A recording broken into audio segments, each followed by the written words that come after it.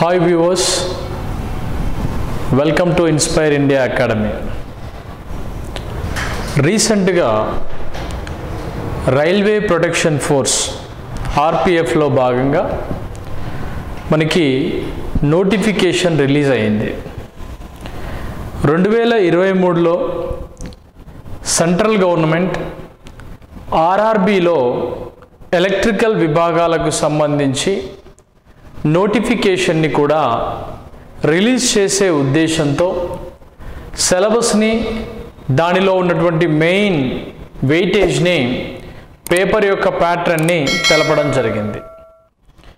ఇప్పుడు ఆర్పిఎఫ్ విభాగానికి సంబంధించి, ఆర్ఆర్బి ఎలక్ట్రికల్ విభాగానికి సంబంధించి ఎలక్ట్రికల్ డిపార్ట్మెంట్లో అత్యధిక స్థాయి లోపల మన సికింద్రాబాద్ మరియు ఏపీ జోన్స్ లోపల ఎక్కువ పోస్టులు ఉండే అవకాశం ఉన్నట్లుగా ప్రాథమికమైన సమాచారం. అందుకు గాను ఆర్ఆర్బి ఎలక్ట్రికల్ విభాగానికి ఎవరెవరైతే ప్రిపేర్ అవ్వాలనుకుంటున్నారో వాళ్ళకి నా యొక్క మనవి, మనం కాంపిటీషన్లో ఎన్నో టాపిక్స్ మనం చదువుతాం. అలానే ఐటీఐ ట్రైల్లో భాగంగా మనకు ఉండేటువంటి టాపిక్స్, బేసిక్ టాపిక్సే ఈ యొక్క నోటిఫికేషన్లో కూడా ఉండబోతున్నాయి. దానికి సంబంధించి కొన్ని అంశాలు, ఎవరైతే ఐటీఐ 10th క్లాస్తో పూర్తి చేస్తారో వారు ఎలిజిబుల్.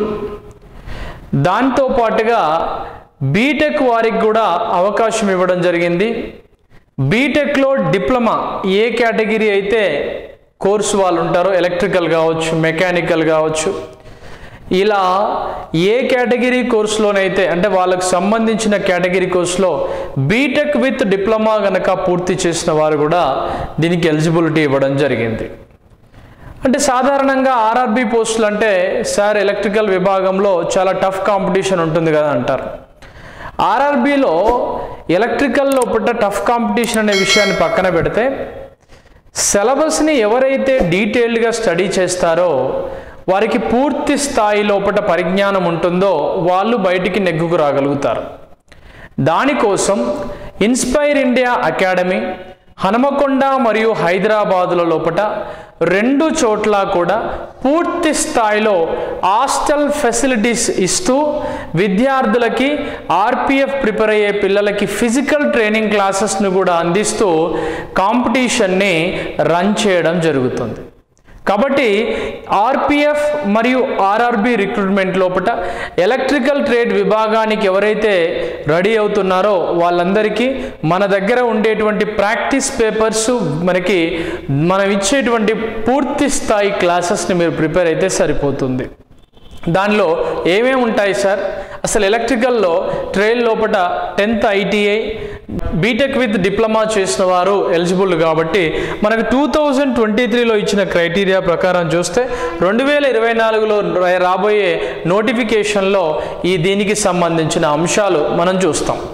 అందుకే ముందే ప్రిపేర్ అయి ఉంటే కొంచెం మంచిది. ఇదే ప్యాటర్న్ రేపు డిఆర్డిఓ అయినా, బిహెచ్ఈఎల్ అయినా చాలా వరకు ఉపయోగపడుతుంది. మొన్న ఎగ్జామ్ డేట్ అయిపోయినటువంటి ఎన్ఆర్ఎస్సి అయినా అంతే కదా. కాబట్టి చూద్దాం ఒకసారి. మోడ్ ఆఫ్ ఎగ్జామ్ అంటే మనకి ఈ ఎగ్జామ్ని పూర్తిగా ఆన్లైన్ ఎగ్జామ్ ప్రాతిపదికన ఎగ్జామినేషన్ ప్యాటర్న్ ఉంటుందండి. అంటే ఆన్లైన్లోనే పూర్తి స్థాయిలో ఎగ్జామ్ని మనం ప్రజెంటేషన్ చేయాలి. నెక్స్ట్ స్కీమ్ ఆఫ్ మార్కింగ్ లోపల మనం చూస్తే ప్రతి ప్రశ్నకి 1 మార్కు చొప్పున మనకి ఎగ్జామినేషన్ ప్యాటర్న్ ఉంటుంది. దీంట్లో నెగిటివ్ కూడా ఉందండి. అంటే మనం చేసేటువంటి ప్రతి మిస్టేక్కి 1/3 అంటే 1/3 వంతు లోపల నెగిటివ్ మార్కింగ్ కూడా ఇందులోపట ఉంది. కాబట్టి మనకు వచ్చినాయి, ఎఫర్ట్ పెట్టినాయి, బేసిక్గా ఎస్సీ ఎస్టీ కేటగిరీ విద్యార్థులు కనుక అయ్యేది ఉంటే బేసికల్గా క్వాలిఫై వరకు తెచ్చుకున్నా కూడా పూర్తి స్థాయి సామర్థ్యం చూపిన వారు అవుతారు. Next section process. సెలక్షన్ అనేది ఈ సెక్షన్లో ఎలా ఉంటుంది?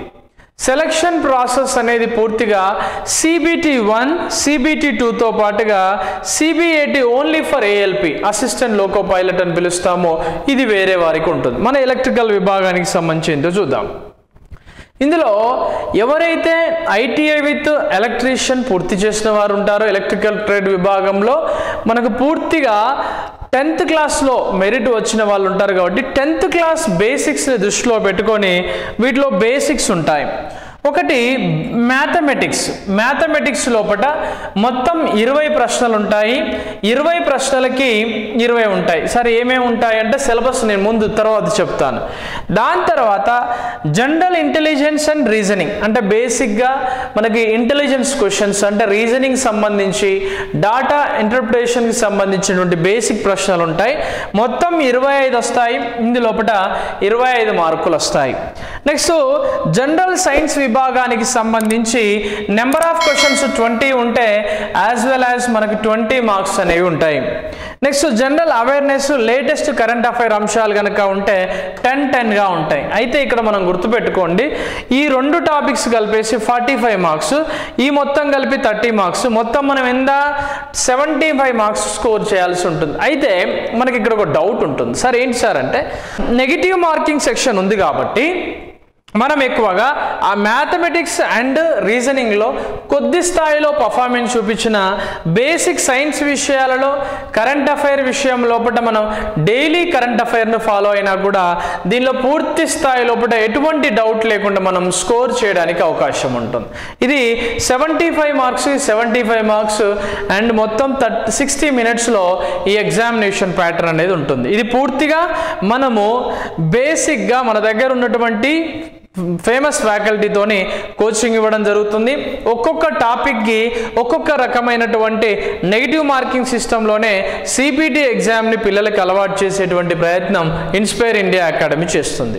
దాని తర్వాత చూద్దాం. నెక్స్ట్ ఏఎల్పి ఎగ్జామ్ ప్యాటర్న్ 2023 లోపల మనకి ఇచ్చినటువంటి స్టేజ్ 2 కేటగిరీ కనుక చూస్తే స్టేజ్ 2 ఎగ్జామినేషన్ సిబిటి 2లో చూస్తే ఇందులో మొత్తం 175 మార్క్స్ ఉంటాయి. అయితే ఇప్పటివరకు మనం ఎలక్ట్రికల్ విభాగం అని చెప్పాం కదా. ఎలక్ట్రికల్ విభాగం అంటే మనకి 75 మార్కులు మనకి ట్రేడ్కి సంబంధించిన క్వశ్చన్స్ ఉంటాయి. మన ఏ ట్రేడ్లోనైతే ఎగ్జామినేషన్ ప్యాటర్న్ని అలవాటు చేసుకుంటామో ఆ ట్రేడ్కి సంబంధించిన క్వశ్చన్స్ ఉంటాయి. మిగతా 100 మార్క్స్ అనేవి మళ్ళీ mathematics, intelligence, general science, general awareness and current affair అంశాలు ఇవి 100 మార్క్స్ ప్లస్ 75 మొత్తం 175 మార్క్స్ లోపల మనం స్కోర్ చేయవలసి ఉంటుంది. దీంట్లో కూడా పూర్తి స్థాయిలో ఇందులో నెగిటివ్ ఉంది చూడండి ఒకసారి మీకు ఇందులో కనిపిస్తూ ఉంటుంది. ప్రతి దాంట్లో కూడా నెగిటివ్ మార్కింగ్ సిస్టమ్ అయింది ఉంది. 1/3 పరిమాణంలో నెగిటివ్ మార్కింగ్ సిస్టమ్ అయితే ఉంది. నెక్స్ట్ మ్యాథమెటిక్స్ విషయానికి వస్తే ఏమొస్తాయంటే సింప్లిఫికేషన్ అండ్ అప్రాక్సిమేషన్ అనేటువంటి టాపిక్స్ ఉంటుంది. తర్వాత coordinate geometry and also mensuration, arithmetic, trigonometry, number system లేదా నెంబర్ సిరీస్, ప్రాబబిలిటీ సంభావ్యతకు సంబంధించి సమ్స్ ఉంటాయి, algebra, ratio and proportions, speed, distance, time STD అని పిలుస్తాం, number system, profit and loss అనేవి ఈ టాపిక్స్ మ్యాథమెటిక్స్ అంశాలుగా మనకి ఎగ్జామినేషన్లో అడుగుతాడు. అంటే రెండింటికి కలిపి సిబిటి 1కి పనిచేస్తుంది, సిబిటి 2కి పనిచేస్తుంది. Time work, interest, percentages, averages అనేవి ఉంటాయి. బేసిక్గా లాస్ట్ ఒక 6 టాపిక్స్ చెప్పాను కదా, ఇవి చూసుకుంటే మనం ఎక్కువ స్కోర్ చేయడానికి అవకాశం ఉంటాయి. జనరల్ ఇంటెలిజెన్స్ అండ్ రీజనింగ్ చూస్తే మనకు analogy, classification, coding, decoding, problem solving questions ఉంటాయి. తర్వాత blood relations, next Venus diagrams and alphabetic and word test, non verbal reasoning, verbal reasoning, directions and distance మీద ఇంటెలిజెన్స్ అండ్ రీజనింగ్ మీద questions. తర్వాత series, missing numbers and order and rankings మీద questions అనేవి reasoning విభాగంలో అడుగుతాడు. Sir ఏంటి sir మరి వీటిని మనం ఎలా చేయాలి సార్? ఆర్ఆర్బి అంటేనే మనకి ఎక్కువగా నార్త్ ఇండియన్స్ ఎక్కువగా ఈ యొక్క టైప్ ఆఫ్ పోస్టులు కొట్టే అవకాశం ఉంటుంది అని భ్రమపడుతూ ఉంటాం. ఇటువంటి ఏమీ ఉండదు. నార్త్ ఇండియన్, సౌత్ ఇండియన్ అని కాదు, ఎవరి రీజన్స్ లోపల వారికి సంబంధించిన పోస్టులు పడతాయి. కాబట్టి మీరు క్రైటీరియాలో కనుక మీరు ఫాలో అయితే 100% మనం సక్సెస్ కావడానికి అవకాశం ఉంటుంది. ఇవన్నీ చదవడం కన్నా మన జేఎల్ఎం చదవడం ఏం ఇస్తారంటే జేఎల్ఎం అదొక రూట్, ఇది కూడా ఒక రూటు. ఇది ఒక్కటి చదవడం వల్ల మీరు ఆర్పిఎఫ్ కూడా ఎలిజిబుల్ అవుతారు. ఆర్పిఎఫ్లో కూడా ఇదే సేమ్ సిలబస్ ఉంటుంది కాబట్టి దానికి కూడా ఎలిజిబుల్ కూడా అవ్వడం జరుగుతుంది. నెక్స్ట్ వీడియోలో ఆర్పిఎఫ్ సంబంధించిన ఇన్ఫర్మేషన్ చెప్తాం. నెక్స్ట్ జనరల్ సైన్స్ విషయానికి వచ్చేవరకు biology, physics, chemistry and environmental science వీటన్నింటినీ కలుపుతూ వచ్చేటువంటి basic science latest current affair కూడా ఫాలో కావాలి. దాని పేరే సైన్స్ అండ్ టెక్నాలజీ అంటాం. అంటే ఆదిత్య L1 ఏం చెప్పింది, చాంద్రయాన్ 3 ఏం చెప్పింది, ఆర్టిఫిషియల్ ఇంటెలిజెన్స్లో తీసుకొచ్చిన మార్పులు ఏంటి, మెయిన్గా డిజిటల్ ఇండియా మిషన్స్ లోపల ఏంటి, లేటెస్ట్ కరెంట్ అఫైర్ అంశాలు సైన్స్ ఓరియంటేషన్లో మనం చదవవలసి ఉంటుంది. దాని తర్వాత general awareness and current affair విషయానికి వస్తే పాలిటీ వస్తుంది, economy, award and honours, art and culture and స్పోర్ట్స్కు సంబంధించిన అంశాలు ఇక్కడ మెయిన్గా అవేర్నెస్ అండ్ కరెంట్ అఫైర్ అంశాలకు సంబంధించి ఉంటాయి. ఇందులో స్టాక్ జీకే బిట్లు ఎక్కువగా వస్తాయి. ఇక్కడ మనకి మెయిన్గా ల్యూసెంట్ పబ్లికేషన్స్ వాళ్ళే మనం ఎక్కువ చదివినా కూడా దీని మీద మనం స్కోర్ చేయడానికి అవకాశం ఉంటుంది ఇందులోపట. నెక్స్ట్ మన ఎలక్ట్రికల్ విభాగానికి పిల్లలు చాలామంది అడుగుతూ ఉంటారు, సార్ ఏంటి సార్ ఎలక్ట్రికల్ విభాగంలో అంటాం. ఎలక్ట్రికల్ విభాగంలో మనకి ఉండేటువంటి టాపిక్స్, మనకి ట్రైన్లో 75 మార్కులు ఉన్నాయి కదా, ఆ 75 మార్కుల్లో మనం చేయాల్సిన స్కోర్ ఏంటి?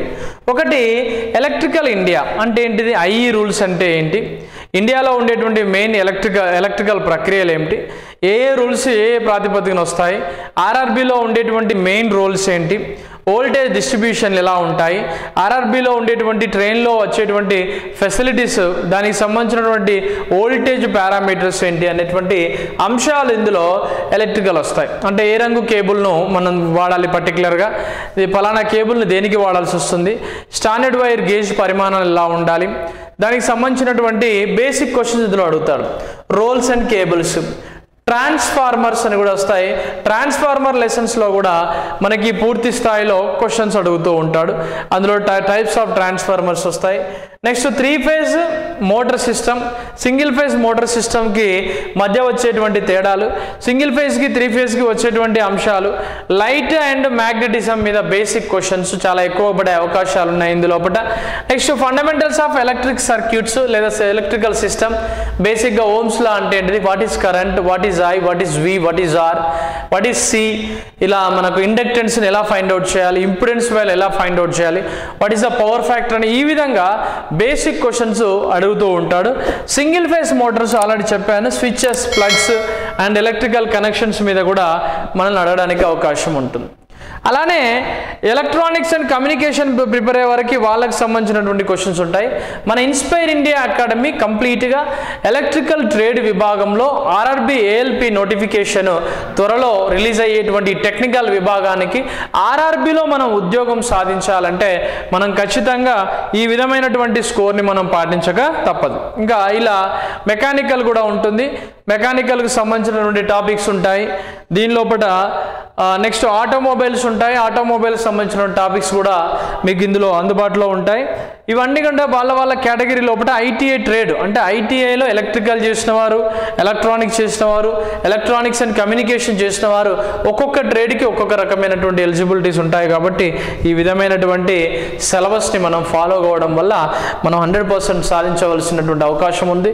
దీనికోసం inspire India academy online offline క్లాసెస్ని అందిస్తుంది. ఆన్లైన్ క్లాసెస్ పూర్తిగా మనకు mobile app inspire India academy mobile యాప్లో అందుబాటులో ఉంటాయి. దాంతో పాటుగా ఆఫ్లైన్ క్లాసెస్ అనేవి హైదరాబాద్ అండ్ హన్మకొండలో పూర్తి హాస్టల్ ఫెసిలిటీస్తోనే ఈ యొక్క కోర్సెస్ని లాంచ్ చేయడం జరుగుతుంది. దీనికి సంబంధించి మీకు ఏమైనా డౌట్స్ ఉంటే పాటుగా మన ఇన్స్టిట్యూట్ మొబైల్ నంబర్ 6309398306 కాల్ చేస్తే పూర్తి వివరాలు తెలపడం జరుగుతుంది. Wish you all the best.